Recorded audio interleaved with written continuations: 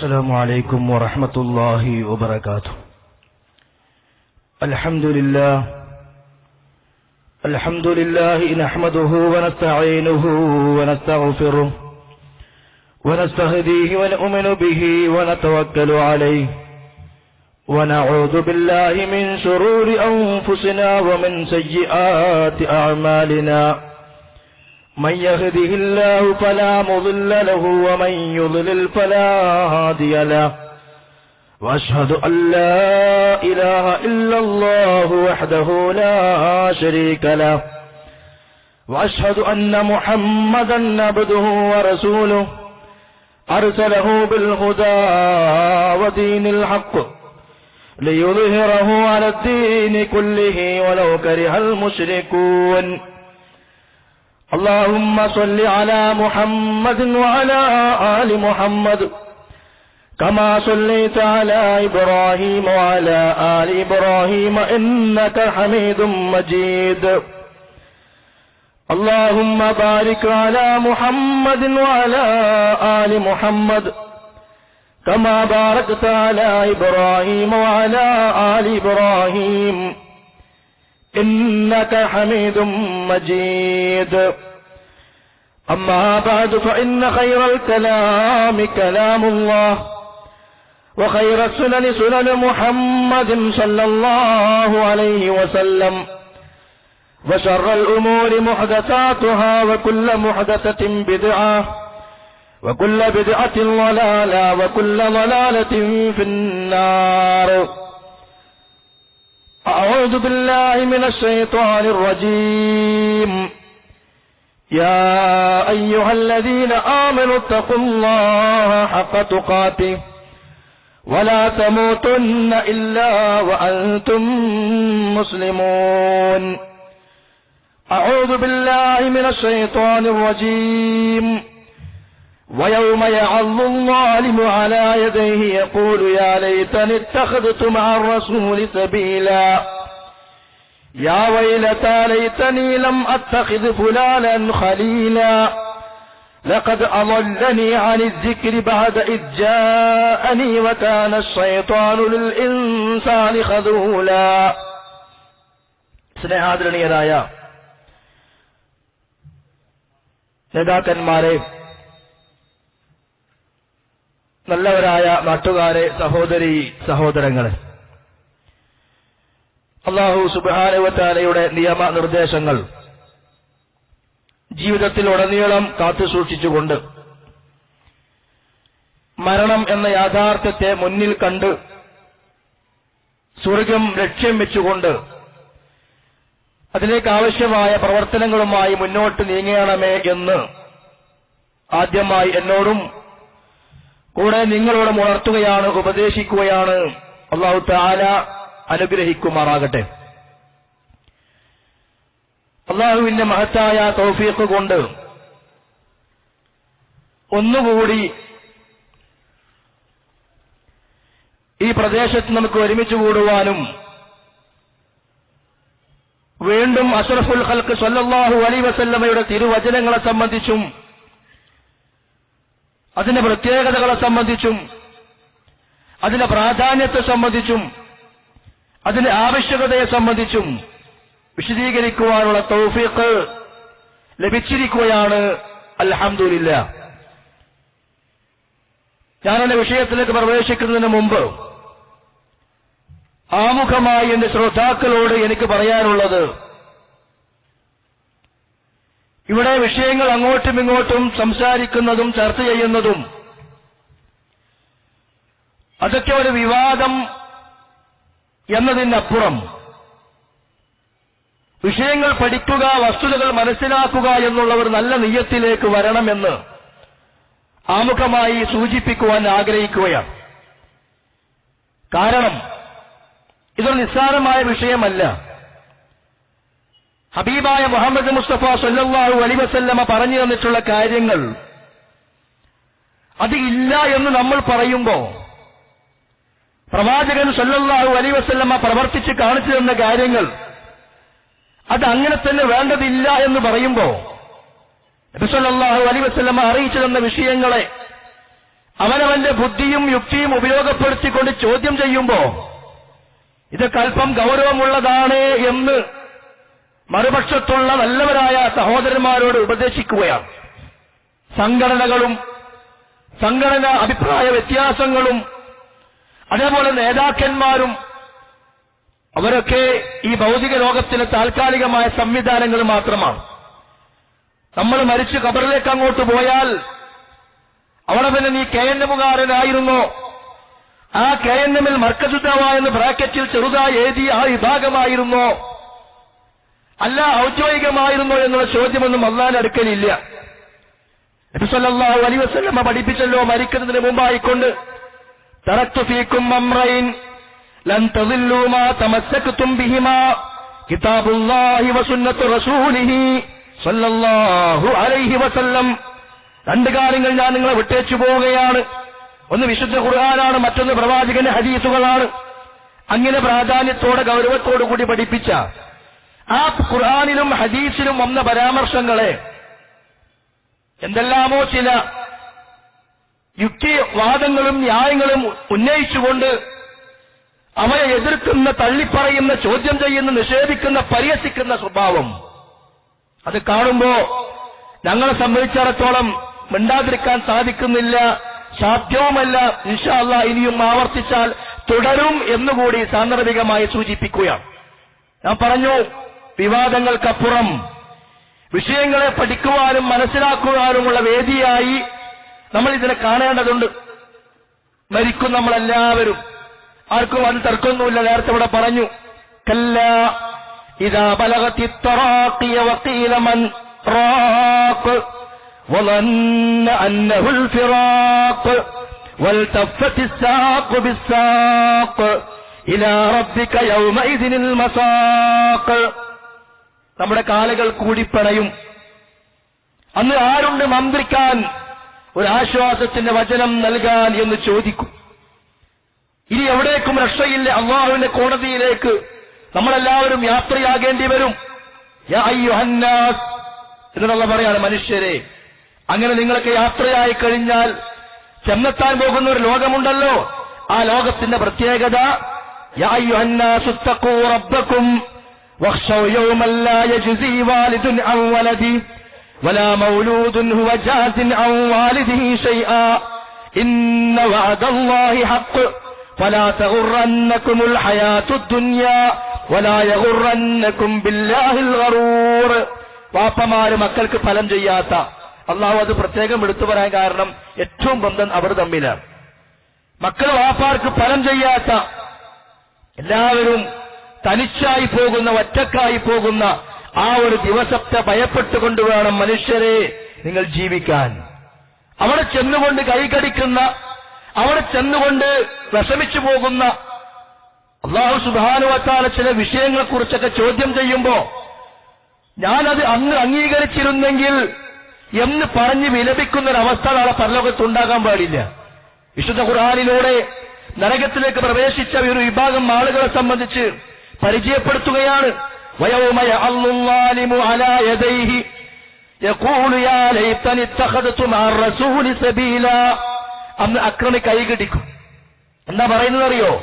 നബി സല്ലല്ലാഹു അലൈഹി വസല്ലമയുടെ കൂടെ ഞാനൊരു മാർഗം സ്വീകരിച്ചിരുന്നെങ്കിൽ, നബി സല്ലല്ലാഹു അലൈഹി വസല്ലമ പറഞ്ഞു തന്ന വിഷയങ്ങൾ അംഗീകരിച്ച് ആ പ്രവാചകനെ ഉൾക്കൊണ്ട്, ആ പ്രവാചകനെ മാതൃകയാക്കി, ആ പ്രവാചകന്റെ കൽപ്പനകളെ മനസ്സുകൊണ്ട് സ്വീകരിച്ച് ഞാൻ നല്ലവനായി ജീവിച്ചിരുന്നെങ്കിൽ എന്ന് ആഗ്രഹിക്കുന്ന ദിവസം. യാ വൈലത്താ ലൈതനീ ലം അത്തഖിദ് ഫുലാനൻ ഖലീലാ. ഇന്ന ആളെ ഞാൻ മിത്രമായി സ്വീകരിച്ചില്ലായിരുന്നെങ്കിൽ എത്ര നന്നായിരുന്നു.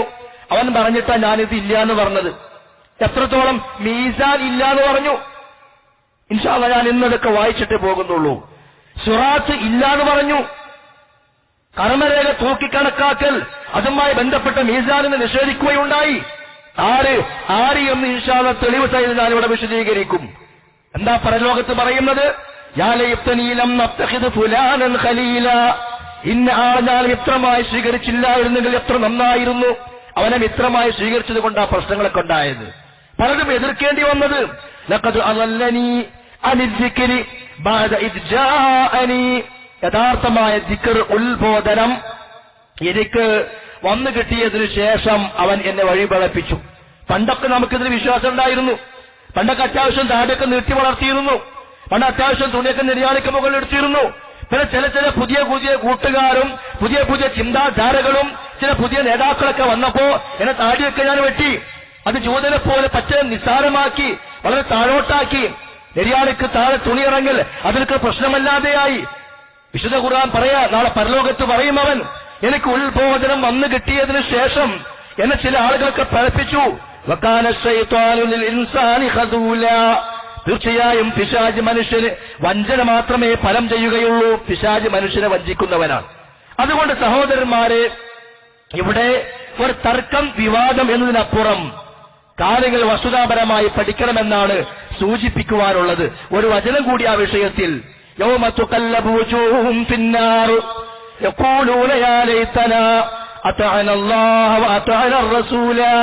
നരകത്തിലിങ്ങനെ മുഖം കുത്തി വലിക്കപ്പെടുമ്പോ ആ വലിക്കപ്പെടുന്ന ആളുകൾ പറയും, യാ ലൈതനാ അതഅന അല്ലാഹ വഅതഅന റസൂല, അല്ലാഹുവിനെ അനുസരിച്ചിരുന്നെങ്കിൽ, പ്രവാചകൻ സല്ലല്ലാഹു അലൈഹി വസല്ലമയെ അനുസരിച്ചിരുന്നെങ്കിൽ എത്ര നന്നായിരുന്നു. ഇത് അങ്ങാടിയിലേക്ക് ഇറങ്ങി ശിർക്ക് ചെയ്യുന്ന ആളുകളോട് മാത്രം പറയാനുള്ളതല്ല. വിശുദ്ധ ഖുർആനിന്റെ ഓരോ വചനങ്ങളും എല്ലാവർക്കുമുള്ള ഉപദേശമാണ്, എല്ലാവർക്കുമുള്ള ഗുണപാഠമാണ്. വദക്കിറു ബിൽ ഖുർആനി മൻ യഖാഫു വഈദ്, അല്ലാഹുവിന്റെ താക്കീതുകളെ ഭയപ്പെടുന്ന ആളുകളെ ഖുർആൻ കൊണ്ട് താക്കീത് ചെയ്യുക. അല്ലാഹു തആല ഉണർത്തുകയാണ് വിശുദ്ധ ഖുർആനിലൂടെ. അപ്പൊ എന്താ ഖുർആനിൽ പറയുന്നത്? ചില ആളുകൾ അവർ നാളെ നരകത്തിൽ മുഖം കുത്തി വലിക്കപ്പെടും. എന്താ പറയുന്നത്? അത്തഅനല്ലാഹ വഅതഅന റസൂല, അല്ലാഹുവിനെ അനുസരിച്ചിരുന്നെങ്കിൽ, റസൂൽ സല്ലല്ലാഹു അലൈഹി വസല്ലമയെ അനുസരിച്ചിരുന്നെങ്കിൽ, വഖാലു അതഅനാ സാദതനാ വകുബറാഅനാ, ഞങ്ങൾ പ്രമാണം നോക്കിയില്ല, അപ്പുറവും ഇപ്പുറവും ഞങ്ങൾ ആലോചിച്ചില്ല, ഞങ്ങളുടെ പണ്ഡിതന്മാർ പറയുന്നത് കേട്ടു, ഞങ്ങളുടെ നേതാക്കന്മാർ ഞങ്ങൾ അനുസരിച്ചു പോയി. ഫഅളല്ലൂന സബീല, അവർ ഞങ്ങളെ വഴിപഴപ്പിച്ചു. റബ്ബനാ ആതിഹിം മുഅഫൈനി മിനൽ അദാബ്, അല്ലാഹുവേ അവർക്ക് നീ ഇരട്ടി ശിക്ഷ നൽകണമേ. വൽ അൻഹും ലഅനൻ കബീറ, അവരെ നീ വലിയ നിലക്ക് ശപിക്കുകയും ചെയ്യണമേ എന്ന് നാളെ പരലോകത്ത് വെച്ചുകൊണ്ട് കരയുന്ന വിലപിക്കുന്ന ഒരു രംഗം വരാനുണ്ട്. അതുകൊണ്ട് വിശുദ്ധ ഖുർആനിലേക്ക് നമ്മൾ മടങ്ങണം. ഈ വിഷയങ്ങളൊക്കെ മനസ്സിലാക്കുന്നിടത്ത് അത് മാത്രം മതിയോ? നബി സല്ലല്ലാഹു അലൈഹി വസല്ലമ പഠിപ്പിച്ചിടത്തേക്കും നമ്മൾ മടങ്ങേണ്ടതുണ്ട്. ഇവിടെ ഈ ഒരു വസ്തുതയാണ് ഏതാണ്ട് ഒരു മാസം മുമ്പ് ഞാനും എന്റെ സുഹൃത്ത് അബ്ദുൽ മാലിക് സലഫിയും കൂടി ഇവിടെ വിശദീകരിച്ചു. എന്താ അതിന് പറഞ്ഞുള്ളൂ? വിശുദ്ധ ഖുർആൻ പറഞ്ഞതിന്റെ ഏറ്റവും അടിസ്ഥാനപരമായ കാമ്പ് ഇതാണ്. വിശുദ്ധ ഖുർആൻ എപ്രകാരം പ്രമാണമാണോ അതേപോലെ പ്രമാണമാണ് നബി സല്ലല്ലാഹു അലൈഹി വസല്ലമയുടെ ഹദീസുകളും. വിശുദ്ധ ഖുർആനിന് പ്രമാണം എന്ന നിലക്ക് നമ്മൾ എന്തൊരു പ്രാധാന്യം കൊടുക്കുന്നുണ്ടോ അതേ പ്രാധാന്യം ഹദീസുകൾക്കും നമ്മൾ നൽകേണ്ടതുണ്ട്. പക്ഷെ ഇത് കേട്ടാൽ സഹിക്കാത്ത ഒരു വിഭാഗം ആളുകൾ ഉണ്ടായിരുന്നു പണ്ട്, ചേകനൂരികൾ. അതേപോലെ CN അഹമ്മദ് മൗലവിയും അദ്ദേഹവുമായി ബന്ധപ്പെട്ടുള്ള ചില ആളുകളുമൊക്കെ. ഇന്ന് അവർക്ക് അന്ന് ഹദീസ് കേൾക്കുമ്പോൾ ഉണ്ടായിരുന്ന വെപ്രാളവും മാനസികാവസ്ഥയും മാനസികമായ പ്രയാസവും അതേ പ്രയാസവും വെപ്രാളവും അനുഭവിക്കുന്ന ചില ആളുകൾ ഇന്നുണ്ട്. മടവൂർ വിഭാഗത്തിലെ എല്ലാ പണ്ഡിതന്മാരെയും അല്ല ഞാൻ പറയുന്നത്, അവരിൽ ഒരുപാട് നല്ല ആളുകളുണ്ട്, നല്ല പണ്ഡിതന്മാരുണ്ട്. ഹദീസ് സ്വീകരിക്കുന്ന നമ്മുടെ അതേ നയവുമായി മുന്നോട്ടു പോകുന്ന നല്ലവരായ ആളുകൾ ഇന്ന് മടവൂർ വിഭാഗത്തിലുണ്ട്. എന്നാൽ തനിച്ച യുക്തിവാദികൾ അതിലുണ്ട്. അതിൽ ഒരു യുക്തിവാദിയാണ് ഇവിടെ വന്നത്, അബ്ദുൽ ലത്തീഫ് കരിമ്പിലാക്കൽ. മനസ്സിലാക്കാൻ വേണ്ടി ഞാൻ പേര് പറയാം. ഒരു യുക്തിവാദിയാണ് ഇവിടെ വന്നത്. പിന്നെ വേറെ ചിലരൊക്കെ ഉണ്ട്, അലി മദനി മൊറയൂർ, അവർക്ക് നേതൃത്വം നൽകിക്കൊണ്ട് അബ്ദുസ്സലാം സുല്ലമിയും. മുഅ്തസിലിയാക്കൾ അവരുടെ ഗ്രന്ഥങ്ങളിലൂടെ എന്തെല്ലാം ആശയങ്ങൾ എഴുതി വെച്ചിട്ടുണ്ടോ കോറി വെച്ചിട്ടുണ്ടോ അത് അതേപോലെ തുടച്ചെടുത്ത് ആളുകൾക്ക് മുമ്പിൽ വിശദീകരിക്കുന്ന യുക്തിവാദികളാണ് ഈ ആളുകളൊക്കെ, ഈ 2-3 ആളുകൾ. അത് ഞാൻ എന്റെ ഈ യുക്തിവാദി എന്ന പദപ്രയോഗം എന്റെ ഇഷ്ടപ്രകാരം ഞാൻ നടത്തിയതല്ല. ഇവിടെ നടത്തിയ 1.25 മണിക്കൂർ സമയത്തിലുള്ള പ്രഭാഷണത്തിലൂടെ അദ്ദേഹം അവതരിപ്പിച്ച ആ ശൈലിയുടെ എനിക്ക് മനസ്സിലായതാണ്. എന്താ കാരണം അറിയോ? ജംസം വെള്ളവുമായി ബന്ധപ്പെട്ട പരാമർശം വന്നപ്പോ അവിടേക്ക് ഞാൻ വരുന്നുണ്ട് വിശദമായിട്ട്. അദ്ദേഹം പറഞ്ഞൊരു കാര്യമുണ്ട്. അബ്ദുൽ ലത്തീഫ് കരിമ്പിലാക്കൽ പറഞ്ഞൊരു കാര്യം, സംസം വെള്ളം കുടിച്ചാൽ ഫലമുണ്ടോ, രോഗം മാറുമോ എന്ന് മനസ്സിലാക്കാൻ എന്തിനാണോ കിതാബ് കുടിച്ച് പരിശോധിച്ചു നോക്കിയാൽ പോരെ എന്നായിരുന്നു. എന്ന് പറഞ്ഞാൽ ഒരാൾ കത്തിയെടുത്ത് കുത്തിയാല് ആ കത്തി കൊണ്ട് കുത്തിയാൽ വേദന ഉണ്ടാകുമോ എന്നറിയാൻ അത് പരിശോധിച്ച് നോക്കണ്ട, കിതാബ് നോക്കേണ്ട ആവശ്യമില്ലല്ലോ, കുത്തി നോക്കിയാൽ അറിയാലോ.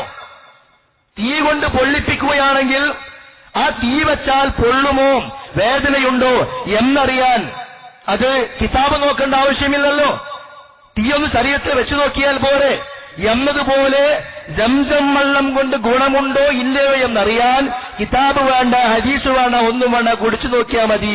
സൗദി അറേബ്യയിൽ എത്ര ആശുപത്രികളുണ്ട്. ഇവിടെ നിങ്ങൾ രോഗം വന്നാൽ സംസം വെള്ളമാണോ കുടിക്കല് അതോ ആശുപത്രിയിലേക്കാണോ പോകല്? ഈ ചോദ്യത്തിന്റെ അർത്ഥം എന്താണ് എന്നൊക്കെ കണ്ടില്ല. ചില ആളുകൾ ഒരു ബാഗിലൊക്കെ കഴുത്തിൽ ഒരു ബാഗും ധരിച്ച് ഇങ്ങനെ മേപ്പോട്ട് നോക്കി നടന്നിട്ട് ഇതെല്ലാം പ്രകൃതിയുടെ വികൃതികളാണ് എന്ന് പറയുന്ന ചില ആളുകൾ യുക്തിവാദികൾ എന്നൊക്കെ പറയാറുണ്ട്. യുക്തിയില്ലാത്ത വാദമാണെങ്കിലും ആ വകുപ്പിലാണ് ഇദ്ദേഹത്തെ എനിക്ക് മനസ്സിലാക്കാൻ സാധിച്ചത്. ഞാൻ ആ ഭാഗത്തേക്ക് ഇൻഷാ അല്ലാഹ് വിശദമായി പിന്നീട് വരുന്നുണ്ട്. യഥാർത്ഥത്തിൽ ഈ അബ്ദുൽ ലത്തീഫ് അന്ന് വന്ന് തന്റെ പ്രഭാഷണം തുടങ്ങിയത് തന്നെ ഒരു യുക്തിവാദമായിട്ടാണ്. എന്താണെന്നറിയോ? അദ്ദേഹം ആദ്യം പറഞ്ഞത് ഹൃദയം എന്ന വിളക്കുമാടം പ്രകാശിക്കണം. ആ വിളക്കുമാടം പ്രകാശിക്കണമെങ്കിൽ ആ വിളക്കുമാടത്തിലേക്ക് ഖുർആൻ എന്ന പ്രകാശം നൽകണം. നമുക്ക് തർക്കമില്ല. രണ്ടാമത്തെ പ്രമാണമായ പ്രപഞ്ചം വായിച്ചെടുക്കണം. അവൻ പറഞ്ഞ വാക്കാണ്. ഹൃദയമാകുന്ന വിളക്കുമാടം പ്രകാശിക്കണമെങ്കിൽ അതിലേക്ക് ആദ്യം വിശുദ്ധ ഖുർആൻ എന്ന പ്രകാശം കൊടുക്കണം. രണ്ടാമത്തേത് പ്രപഞ്ചമാകുന്ന പ്രമാണം വായിച്ചെടുക്കണം. ഇതേത് പ്രപഞ്ചമാകുന്ന പ്രമാണം? ആ പ്രമാണത്തിന്റെ പ്രമാണം എന്ന് കൊണ്ടുവന്നാൽ തരക്കേടില്ല. പ്രപഞ്ചമാകുന്ന രണ്ടാമത്തെ പ്രമാണം അള്ളാഹു ഈ ലോകത്തേക്ക് അയച്ച ഒരു നബി പഠിപ്പിച്ചു തന്നിട്ടില്ല. ഇല്ല, ഈ ലോകത്തേക്ക് അള്ളാഹു തആല നിയോഗിച്ച ഒരു റസൂലും അങ്ങനെ ഒരു പ്രമാണം പഠിപ്പിച്ചു തന്നിട്ടില്ല. പ്രപഞ്ചമാകുന്ന പ്രമാണം ഇല്ല. വിശുദ്ധ ഖുർആനിലോ ഹദീസുകളിലോ അങ്ങനെ ഒരു കാര്യം കാണാൻ സാധ്യമല്ല. അപ്പൊ എന്തിനാ പറഞ്ഞു വന്നെന്നറിയോ? പിന്നെ അവൻ പറഞ്ഞ വാക്കെന്താണ്? അന്ധമായി ഒന്നിന്റെയും പിന്നാലെ പോകരുത്. അന്ധമായി ഒന്നിന്റെയും പിന്നാലെ പോകരുത്. എന്താ അന്ധമായിട്ടൊരു വസ്തുവിന്റെ പിന്നാലെ പോകുക എന്ന് പറഞ്ഞാൽ ഇപ്പൊ പരലോകവുമായി ബന്ധപ്പെട്ട ഒരു വിഷയം അല്ലാഹു തആല പറഞ്ഞു തന്ന അന്ധമായിട്ട് പിന്നാലെ പോകരുത്. നരകത്തിന് മുകളിലൂടെ ഒരു പാലമുണ്ട് എന്ന് പറഞ്ഞാൽ അത് നിനക്ക് മനസ്സിലാകുന്നതുവരെ, അത് നിനക്ക് ഉൾക്കൊള്ളാൻ കഴിയുന്നതുവരെ, അത് നിന്റെ ബുദ്ധിക്കത് അംഗീകരിക്കാൻ സാധിക്കുന്നതുവരെ ആ വസ്തുതയെ നീ അംഗീകരിക്കരുത്. നിന്റെ ബുദ്ധിക്കത് മനസ്സിലാക്കാൻ സാധിക്കണം. ഈ യുക്തിവാദമാണ് ഈ വ്യക്തി ഇവിടെ വന്നുകൊണ്ട് വിശദീകരിച്ചത്.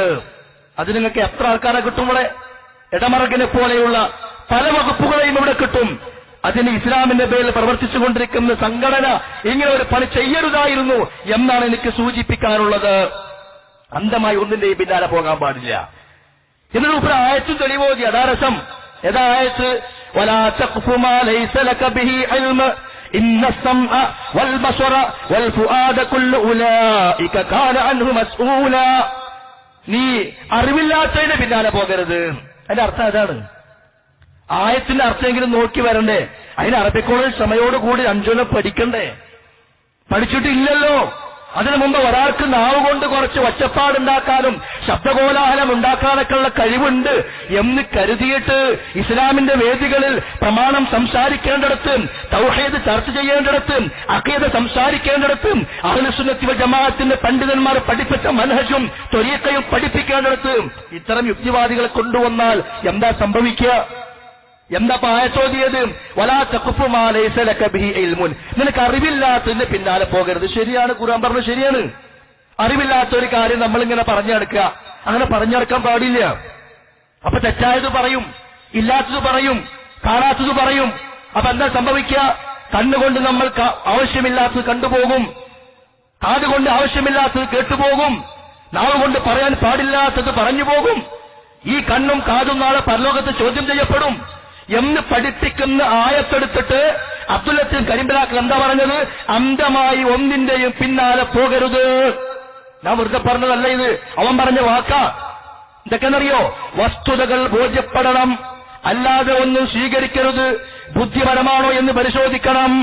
കണ്ടോ, അല്ലാഹു സുബ്ഹാനഹു വ തആല പഠിപ്പിച്ച കാര്യങ്ങൾ, പ്രവാചകൻ സല്ലല്ലാഹു അലൈഹി വസല്ലം അറിയിച്ച കാര്യങ്ങൾ ബുദ്ധിപരമാണോ എന്ന് ബോധ്യപ്പെട്ടാലേ സ്വീകരിക്കാവൂ എന്ന് പറയുമ്പോൾ ഇവരുടെയൊക്കെ യുക്തിവാദം എത്രത്തോളം എത്തിയിട്ടുണ്ട്. അതുകൊണ്ടാണ് ഞാൻ എന്റെ പ്രഭാഷണത്തിന്റെ ആദ്യത്തിൽ പറഞ്ഞത്, പ്രിയപ്പെട്ട നാട്ടുകാരെ, ഇതിനെ വിവാദമായി കാണാതെ, അങ്ങോട്ടും ഇങ്ങോട്ടുമുള്ള ചർച്ചയും എതിർപ്പുകളുമായി കാണാതെ അവനവന്റെ പരലോകം മുമ്പിലുണ്ട് എന്ന ബോധത്തോടുകൂടി വിഷയങ്ങളെ കാണണമെന്ന് ഞാൻ പറയാനുള്ള കാരണം അത്. ഞാൻ കഴിഞ്ഞ എന്റെ പ്രഭാഷണത്തിൽ പറഞ്ഞില്ലേ, മഹാനായ ഉമർ ബിൻ ഖത്താബ് റളിയല്ലാഹു അൻഹു കഅബ തവാഫ് ചെയ്യുമ്പോ ആ ഹജറുൽ അസ്വദിന്റെ സമീപത്തെത്തിയിട്ട് ഉമർ എന്താ പറഞ്ഞത്? ഇന്നി അഅരിഫു അന്നക ഹജറുൻ ലാ തദുറു വലാ തൻഫഉ. ഒരു ഉപകാരവും ഒരു ഉപദ്രവവും ചെയ്യാത്ത വെറും കല്ലാണ് നീ എന്ന് എനിക്കറിയാം. വലൗലാ അന്നി റഅയ്തു റസൂലല്ലാഹി സല്ലല്ലാഹു അലൈഹി വസല്ലം യുഖബ്ബിലുക മാ ഖബ്ബൽതുക. എന്റെ പ്രവാചകൻ നിന്നെ ചുംബിക്കുന്നത് ഞാൻ കണ്ടിട്ടില്ലായിരുന്നെങ്കിൽ ഞാൻ നിന്നെ ചുംബിക്കുമായിരുന്നില്ല. കണ്ടോ, ആ ഹജറുൽ അസ്വദ് എന്ന കല്ലിനെ ഉമർ ചുംബിച്ചത് യുക്തി മനസ്സിലായിട്ടാ ആണോ? ഉമറിന്റെ മൻഹജുവാണോ? ഇടമറുകിന്റെ മൻഹജുവാണോ? അബൂബക്കറിന്റെയും ഉമറിന്റെയും മൻഹജുവാണോ? ആധുനിക യുക്തിവാദികളുടെ മൻഹജുവാണോ? സ്വീകരിച്ചോളൂ, വേണ്ടത് സ്വീകരിക്കാം. ഇവിടെ നിർബന്ധമില്ല, തള്ളിക്കളഞ്ഞോളി. വേണ്ട, സ്വീകരിക്കണേ, നിഷേധിച്ചോളി. പക്ഷേ ഇത് പറയേണ്ടുന്ന ബാധ്യത ഞങ്ങൾക്കുണ്ട്. അത് പറഞ്ഞുകൊണ്ടേയിരിക്കും. ഇനി വന്നാൽ ഇനിയും ഞങ്ങൾ വിശദീകരിക്കും, അള്ളാഹുവിന്റെ തൗഫീഖ് ഉണ്ടെങ്കിൽ ഇൻഷാ അല്ലാഹ്. നബി സല്ലല്ലാഹു അലൈഹി വസല്ലം മിഅ്റാജ് പോയി. ഞാൻ വിശദീകരിച്ചത് കഴിഞ്ഞ പ്രഭാഷണത്തിൽ. മിഅ്റാജ് കഴിഞ്ഞു വന്നപ്പോൾ അബൂജഹൽ നിഷേധിച്ചു. എന്താ പറഞ്ഞത്? അതെങ്ങനെ ഉണ്ടാകുക, അതെങ്ങനെ സംഭവിക്കുക, എന്നെക്കൊണ്ട് വിശ്വസിക്കാനാവുകയില്ല. അബൂജഹൽ നിഷേധിച്ചു. അബൂജഹൽ പറഞ്ഞു പോയി അപ്പുറത്ത് അബൂബക്കറിനോട് പറയാ, അബൂബക്കറെ, മുഹമ്മദ് പറയാ മിഅ്റാജ് പോയി, എന്താ ആകാശം അപ്പുറം പോയി. ഞാൻ പറഞ്ഞില്ല അന്ന് മുഹമ്മദിന് ഭ്രാന്താണ്, ഇപ്പൊ ഭ്രാന്താന്നൊക്കെ എനിക്ക് ഉറപ്പായി. അബൂജഹൽ എന്താ അബൂബക്കർ പറഞ്ഞത്? എന്താ അബൂബക്കർ പറഞ്ഞത്? അങ്ങനെ പ്രവാചകൻ പറഞ്ഞോ? ആ പറഞ്ഞു, ഞാനത് കേട്ടിട്ടാ വരുന്നത്. മിഅ്റാജ് പോയ പോലും 7 ആകാശങ്ങൾക്കപ്പുറം ഫലസ്തീനിലേക്ക് പോയി എന്നാ പറഞ്ഞത്. നമുക്കറിയില്ല എത്ര ദിവസം വേണ്ടി വരും അങ്ങോട്ടൊക്കെ. അപ്പൊ അബൂബക്കർ എന്താ പറഞ്ഞത്? പ്രവാചകൻ സ്വല്ലല്ലാഹു അലൈഹി വസല്ലം അങ്ങനെ പറഞ്ഞിട്ടുണ്ടെങ്കിൽ ആമൻതു വസദ്ദഖതു, ഞാൻ വിശ്വസിച്ചു, അംഗീകരിച്ചു. എന്റെ അബൂജഹൽ നിഷേധിക്കാൻ കാരണം, എന്റെ അബൂബക്കർ വിശ്വസിക്കാൻ കാരണം, അബൂജഹൽ പ്രവാചകന്റെ മിഅ്റാജിനെ കണ്ടത് സ്വന്തം യുക്തി കൊണ്ടാണ്. അബൂബക്കർ സിദ്ദീഖ് റളിയല്ലാഹു അൻഹു പ്രവാചകന്റെ ആ മിഅ്റാജിനെ കണ്ടത് അല്ലാഹുവുമായി ബന്ധപ്പെട്ടുകൊണ്ടുള്ള പ്രവർത്തനത്തിന്റെ ഭാഗമായി കൊണ്ടാണ്. കാരണം ഇത് പ്രവാചകന, ആ പ്രവാചകന് പലതും സംഭവിക്കാം. ഒരു ഭാഗത്ത് അബൂജഹലിന്റെ യുക്തിവാദത്തിന്റെ അഖലാനിയത്തിന്റെ വഴി, മറുഭാഗത്ത് അബൂബക്കറിന്റെ നന്മയുടെ സലഫിയത്തിന്റെ വഴി. ഏത് വേണമോ നിങ്ങൾക്ക് സ്വീകരിക്കാം, നിർബന്ധമൊന്നുമില്ല. ഞാൻ പറഞ്ഞു തന്നു എന്ന് മാത്രം. എന്താ അവിടെ പറഞ്ഞത്? കേട്ടോ വാക്കുകൾ. വസ്തുത ബോധ്യപ്പെടണം, അല്ലാതെ ഒന്നും സ്വീകരിക്കരുത്. ബുദ്ധിപരമാണോ എന്ന് പരിശോധിക്കണം. അബ്ദുൽ ലത്തീഫ് പറഞ്ഞതാണ്. തെളിവെന്താ? വലാ തഖ്ഫു മാ ലൈസ ലക ബിഹി ഇൽമുൻ, അറിവില്ലാത്തതിന്റെ പിന്നാലെ പോകരുത്. അതാ അതിന്റെ അർത്ഥം. ആ അറിവില്ലാത്തതിന്റെ പിന്നാലെ പോകരുത് എന്ന ആയത്ത് ഈ പറഞ്ഞ കാര്യങ്ങൾ ബോധ്യപ്പെട്ടിട്ട് സ്വീകരിക്കാവൂ എന്നതിനുള്ള തെളിവായിട്ട് ആര് ധരിച്ചത്? സ്വന്തമായ വിശദീകരണമല്ലാതെ. എന്നാൽ കേട്ടോ, മൻ ഫസ്സറൽ ഖുർആന ബിഗൈരിഹി ഫല്യതബവ്വ മഖഅദഹു മിനൻ നാർ. സ്വന്തം ഇഷ്ടപ്രകാരം വല്ലവനും വിശുദ്ധ ഖുർആനിനെ വ്യാഖ്യാനിച്ചാൽ നരകത്തിൽ സീറ്റ് ഉറപ്പിച്ചുകൊള്ളട്ടെ. നബി സല്ലല്ലാഹു അലൈഹി വസല്ലം പറയാം. ഇത് നോക്കൂ നിങ്ങൾ, മടവൂർ വിഭാഗത്തിലെ ചില ആളുകൾക്ക് പറ്റിയ അബദ്ധം ഇത് തന്നെയാണ്, ഏറ്റവും വലിയ അബദ്ധം. എന്താണെന്നറിയോ? ഒരു കാലഘട്ടത്തിലെ മുഅ്തസിലിയാക്കൾ, ഖവാരിജുകൾ ഖബർ ശിക്ഷ ഇല്ല എന്ന് പറഞ്ഞു. എന്താ കാരണം? ബുദ്ധിക്കെതിരായി അവർ അതിനെ കണ്ടു. ബുദ്ധിക്ക് അവർക്കത് മനസ്സിലാക്കാൻ സാധിച്ചില്ല. മുഅ്തസിലിയാക്കൾ പരലോകത്ത് മീസാൻ അവർ നിഷേധിച്ചു. എന്താ കാരണം? എങ്ങനെ ഇപ്പൊ കർമ്മങ്ങൾ തൂക്കിക്കണക്കാക്കുക? അത് എങ്ങനെ തൂക്കാൻ സാധിക്കും? ചിന്തിച്ചു അവരെ യുക്തിക്കത് അംഗീകരിക്കാൻ സാധിച്ചില്ല. മുഅ്തസിലിയാക്കൾ നിഷേധിച്ചു. ഈ ഒരു വിഷയം മാത്രമല്ല, ഒട്ടനവധി വിശ്വാസവുമായി ബന്ധപ്പെട്ട ഒരുപാട് കാര്യങ്ങളിൽ ഹദീസിൽ വന്ന പരാമർശങ്ങളെ പണ്ട് കാലഘട്ടത്തിലെ മുഅ്തസിലിയാക്കളും ഖവാരിജുകളും നിഷേധിക്കുവാനും പിൽക്കാലഘട്ടത്തിൽ കടന്നു വന്ന ഓറിയന്റലിസ്റ്റുകളും അതേപോലെ തന്നെ നമ്മുടെ നാട്ടിൽ CN അഹമ്മദ് മൗലവിയും ചേകനൂർ മുഹമ്മദ് മൗലവിയും ഒക്കെ കാരണമായി പറഞ്ഞത് പല കാരണങ്ങൾ. ഒന്ന് ഇതായിരുന്നു, അത് മനുഷ്യന്റെ ബുദ്ധിക്ക് യോജിക്കുന്നതല്ല. അതുകൊണ്ടാണ് CN അഹമ്മദ് മൗലവി എന്താ ചെയ്തെന്നറിയോ? വിശുദ്ധ ഖുർആനിലെ പ്രവാചകന്മാരുടെ മോചിയത്തുകളുമായി ബന്ധപ്പെട്ട എന്തൊക്കെ പരാമർശമുണ്ടോ ആ പരാമർശങ്ങളെ മുഴുവൻ ബുദ്ധിപരമായിട്ട് വ്യാഖ്യാനിച്ചു. ഒരു ഉദാഹരണം ഞാൻ പറയാം. ഫിറഔന് കടലിൽ മുങ്ങി, മൂസാ നബി രക്ഷപ്പെട്ടു. നമ്മളെന്താ മനസ്സിലാക്കിയത്? അതൊരു മോചിയത്താണ്. മൂസാ നബി കടലിൽ അടിച്ചു, കടൽ രണ്ടായി പിളർന്ന് മൂസാ നബി നടന്നുപോയി, പിന്നാലെ ഫിറഔൻ വന്നു, അള്ളാഹു കടലിനെ യോജിപ്പിച്ചു, ഫിറഔൻ മരിച്ചു. എന്താ ഇയാൾ പറഞ്ഞറിയോ? CN അത് മൂസാക്ക് വഴി നല്ല പരിചയം ഉണ്ടായിരുന്നു, അതുകൊണ്ട് ഇപ്പൊ ഇങ്ങനെ വടിയൊക്കെ കുത്തി പിടിച്ചിങ്ങനെ നടന്നു പോയി. ഫിറഔനിന് വഴി വലിയ പരിചയം പോരാ, അങ്ങനെ കുഴി ചാടി വീണ് മരിച്ചു എന്നാ. ആ മുഅ്ജിസത്തുകളെ അതേപടി വിശ്വസിക്കുവാനുള്ള ആ ഈമാനികമായ ബുദ്ധി അന്ന് CN-നുണ്ടായിരുന്നില്ല.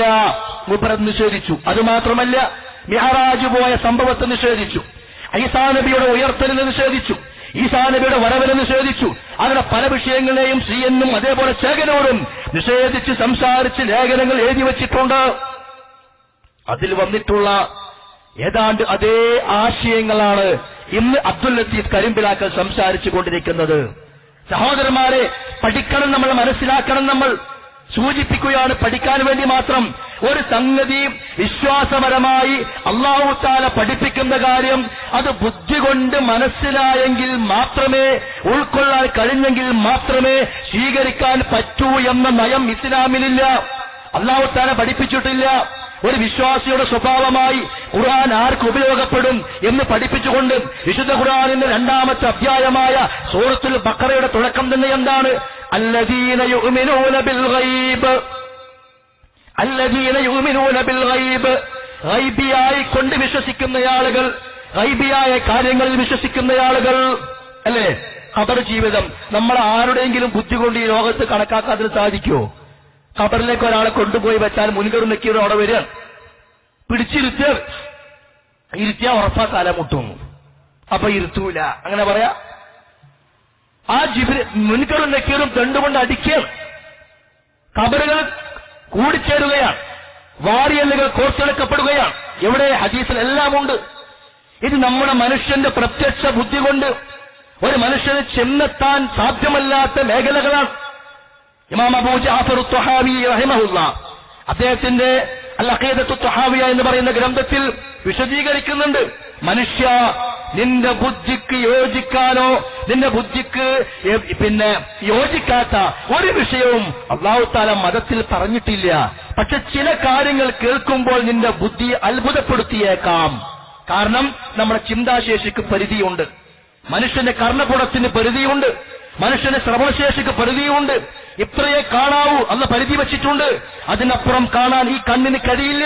ആ അതിന്റെ പ്രവർത്തനശേഷി നഷ്ടപ്പെട്ടു പോകും. വലിയ പ്രകാശം കണ്ണിലേക്ക് അടിച്ചാൽ ആ കണ്ണിന് കേടാ വരിക. ചെവി കൊണ്ട് എത്രത്തോളം അളവിൽ കേട്ടുകൊള്ളണം അന്ന് പരിധി വച്ചിട്ടുണ്ട്. അതിനപ്പുറം ശബ്ദം ആ ചെവിയിലേക്ക് ആക്കിക്കൊടുത്താൽ ആ ചെവിയുടെ ഉള്ളിലുള്ള അതിന്റെ പ്രവർത്തനശേഷി നഷ്ടപ്പെട്ടു പോകും. അതേ മനുഷ്യന്റെ ബുദ്ധിക്കൊരു പരിധിയുണ്ട്. ആ പരിധിക്കപ്പുറമുള്ള കാര്യങ്ങൾ അത് ഗൈബിയായ കാര്യങ്ങളാ.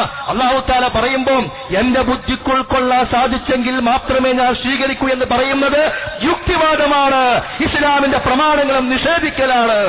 അടിവറയിട്ട് മനസ്സിലാക്കിക്കോളി. കാരണം ഇസ്ലാമിലെ ഒരുപാട് വിഷയങ്ങൾ, അഖീദാപരമായ വിഷയങ്ങളെ എതിർത്ത് നിഷേധിച്ച് തള്ളിയ അന്നത്തെ മുഅ്തസിലിയാക്കൾ എന്തായിരുന്നു അതിന് കാരണം എന്നറിയോ? അതൊന്ന് കേട്ടോ. മുഅ്തസിലിയാക്കളുടെ സ്വഭാവം ഫഇന്ന ബഅദൽ മുതകല്ലിമീന വഅലാ റഅസിഹിമുൽ മുഅ്തസില ഖദ് അസ്റഫൂ ഫീ തഖരീരി സുൽത്താനിൽ അഖ്ലി വതഖദീമിഹി അലൻ നഫ്സി ഹൈസു ഇഅതമദൂ ഫിൽ ഇസ്തിദ്ലാൽ ലഇസ്ബാത്തിൽ അഖായിദി അലൽ ഖളായൽ അഖ്ലിയ فكل مسألة يعرضونها على العقل فما قبله أقروه وما لم يقبله رفضوه. മുഅ്തസിലിയാക്കൾ എന്ന് പറഞ്ഞാൽ ഇൽമുൽ കലാമിന്റെ തർക്കശാസ്ത്രത്തിന്റെ ഒക്കെ ആളുകൾ.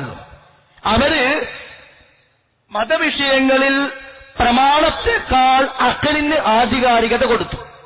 ആയത്തിന്റെ ഒരു ഭാഗത്ത് ബുദ്ധി കൊണ്ട് ചിന്തിക്കുകയുമാണ്, മനസ്സിലാകുന്നില്ലെങ്കിൽ ആയത്ത് മാറ്റിവെച്ചിട്ട് ആ ബുദ്ധി അവിടെ സ്വീകരിക്കണം എന്നാണ്. അത് മുഅ്തസിലിയാക്കളുടെ മാനദണ്ഡമാണ്.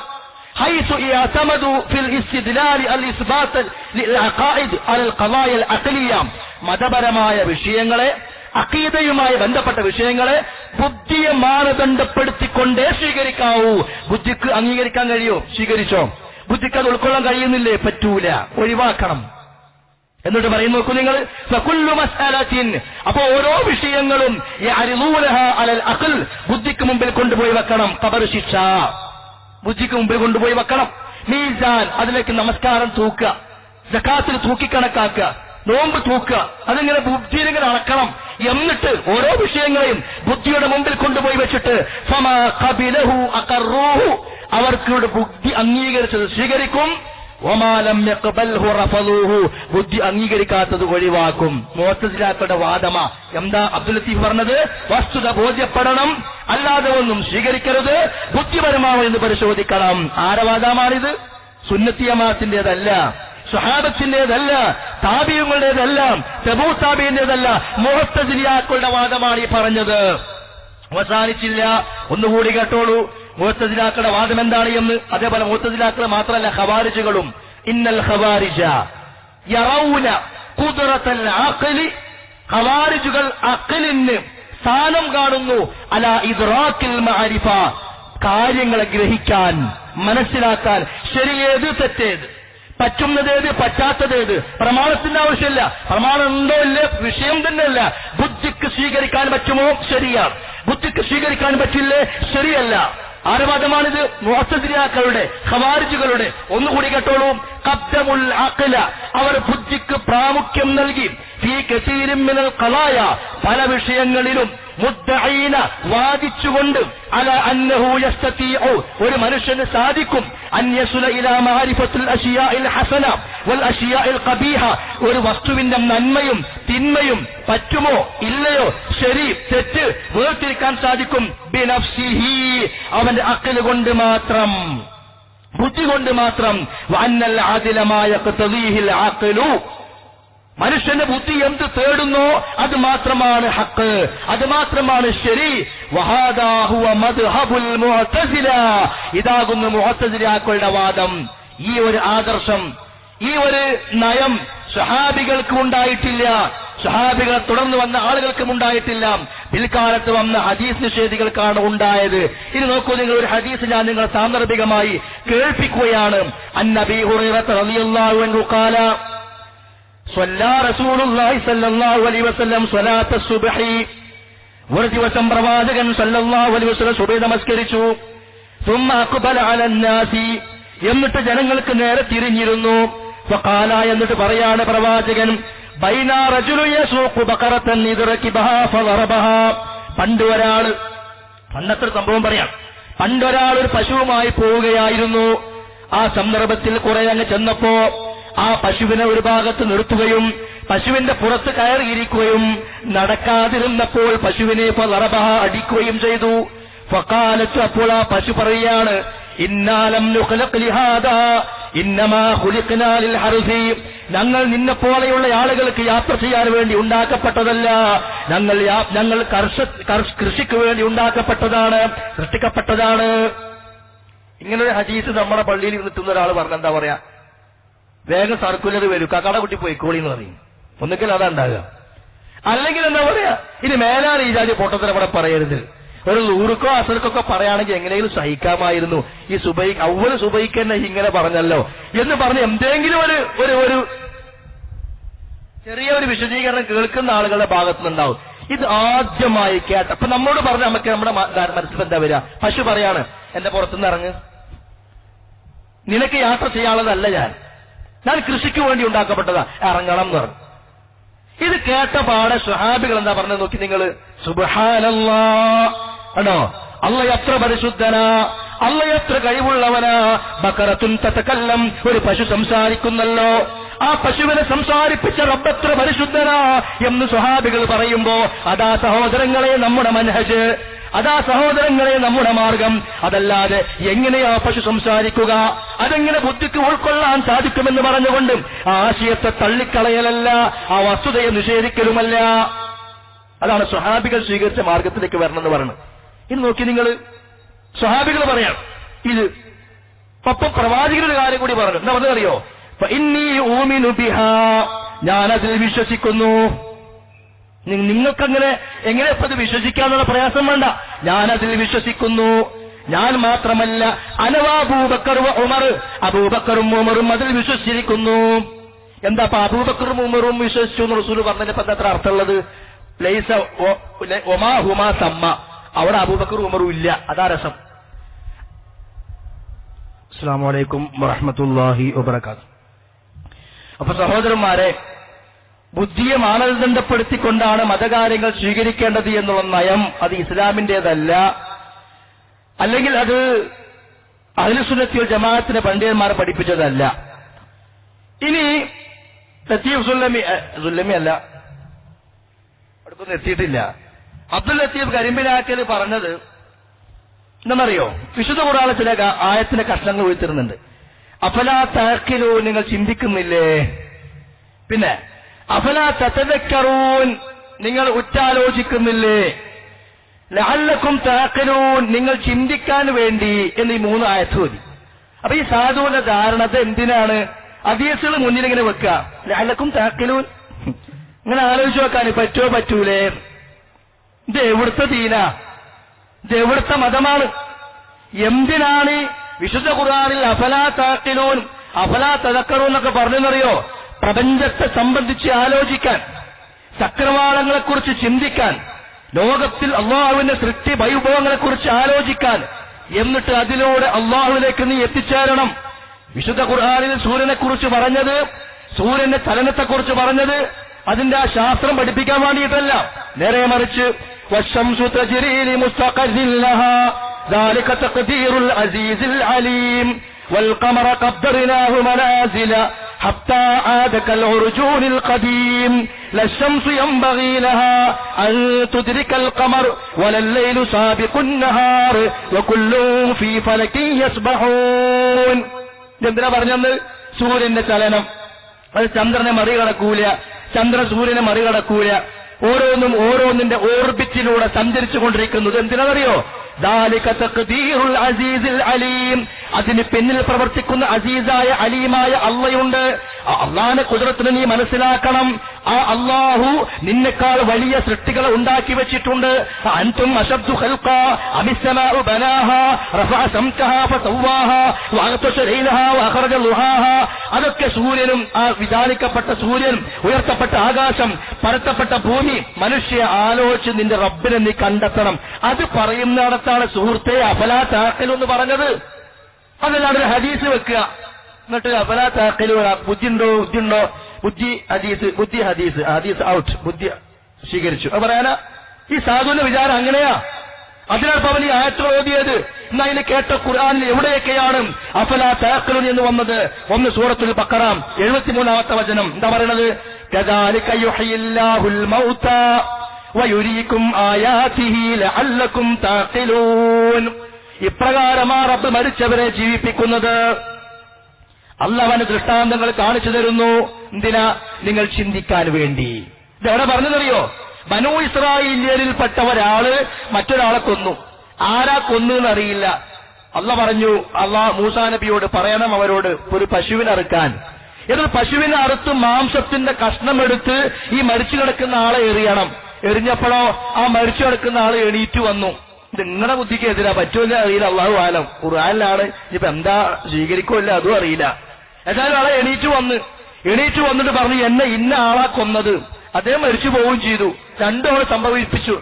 എന്നുള്ള പറയാണ് കദാലിക യുഹ്യില്ലാഹുൽ മൗതാ, ഇപ്രകാരമാകുന്നു അല്ലാഹ് മരിച്ചവരെ ജീവിപ്പിക്കുന്നത്. ഇത് എന്തിനാ കാണിച്ചു തന്നത്? ലഅല്ലകും തഅഖിലൂൻ, നിങ്ങൾ ചിന്തിക്കാൻ വേണ്ടി. ഇത് എടുത്തിട്ടാണ് ഹദീസ് സ്വീകരിക്കണോ സ്വീകരിക്കണ്ടേ എന്ന് കൊണ്ടുവരാൻ മൂപ്പർ ഈ ആയത്ത് ഉദ്ധരിച്ചത്. അള്ളാന്റെ കറാം എടുത്തിട്ട് പച്ചയായി ദുർവ്യാഖ്യാനം ചെയ്യുന്ന ഈ തരം യുക്തിവാദികൾക്ക് വേദി കെട്ടിക്കൊടുക്കുമ്പോ നാട്ടുകാരെ നിങ്ങൾ ആലോചിക്കണം എന്നുകൂടി എനിക്ക് സൂചിപ്പിക്കാനുള്ളത്. പിന്നെ ഒന്നുകൂടി മൂപ്പർ പറഞ്ഞു, ഈ ഭാഗം അഫലാ തഅഖിലൂൻ അതെവിടെ വന്നെന്നറിയാം കേട്ടോ? വഹുവല്ലദീ യുഹ്യീ വയുമീത്, അള്ളയാണ് മരിപ്പിക്കുന്നവൻ, അള്ളയാണ് ജീവിപ്പിക്കുന്നവൻ. വലഹുഖ്തിലാഫുൽ ലൈലി വന്നഹാർ, രാപ്പകലുകൾ മാറി മാറി വരുന്നത് ഒരാളുടെയും പ്രവർത്തനത്തിന്റെ ഫലമല്ല, അത് റബ്ബിന്റെ പ്രവർത്തനത്തിന്റെ ഭാഗമാണ്. അഫലാ തഅഖിലൂൻ, മനുഷ്യരെ നിങ്ങൾ ചിന്തിക്കുന്നില്ലേ? കണ്ടോ, രാവിത വരുന്നു, അതിനുശേഷം പകല് വരികയാണ്, ശേഷം അടുത്ത രാത്രി വരികയാണ്, ശേഷം അടുത്ത പകല് വരികയാണ്. ഇന്ന ഫി ഇഖ്തിലാഫിൽ ലൈലി വന്നഹാർ ലആയാതിൻ ലിഉലിൽ അൽബാബ്, ചിന്തിക്കുന്ന ആളുകൾക്ക് ദൃഷ്ടാന്തമുണ്ട്. ഇത് പഠിപ്പിക്കുന്ന ആയത്തെടുത്തിട്ട് ഹദീസ് സ്വീകരിക്കാൻ പറ്റുമല്ലോ എന്നുള്ളടത്ത് അഖില് കൊടുക്കാൻ വേണ്ടി അള്ളാന്റെ കലാമ് പച്ചയായി ദുർവ്യാഖ്യാനം ചെയ്ത ഇത്തരം ആളുകള് കരുതിയിരുന്നോളൂ, പരലോകത്ത് വരെ ആരുണ്ടാവൂല.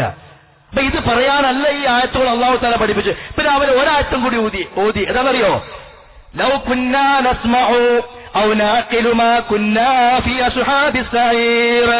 നരകത്തിൽ ശിക്ഷ അങ്ങനെ അനുഭവിക്കുമ്പോ അവൻ പറയാണ്, അന്ന് ഞങ്ങൾ കേട്ടിരുന്നെങ്കിൽ. നരകവാസിയെ ശിക്ഷ അനുഭവിക്കുമ്പോ പറയാനെന്ത്? അന്ന് ദുനിയാവിൽ ഞങ്ങൾ കേട്ടിരുന്നെങ്കിൽ, ഔ നഅഖിൽ, അന്ന് ഞങ്ങൾ അഖിൽ കൊടുത്തിരുന്നെങ്കിൽ, ചിന്തിച്ചിരുന്നെങ്കിൽ ഈ നരകത്തിൽ പെട്ടു പോകുമായിരുന്നില്ല. അപ്പൊ കേട്ടാ തോന്നും മൂപ്പരിപ്പം നരകത്തേക്ക് എത്തിയത് കുറെ ഹദീസ് സ്വീകരിച്ചുകൊണ്ടാണ്. അതല്ല ഇപ്പൊ വരിക.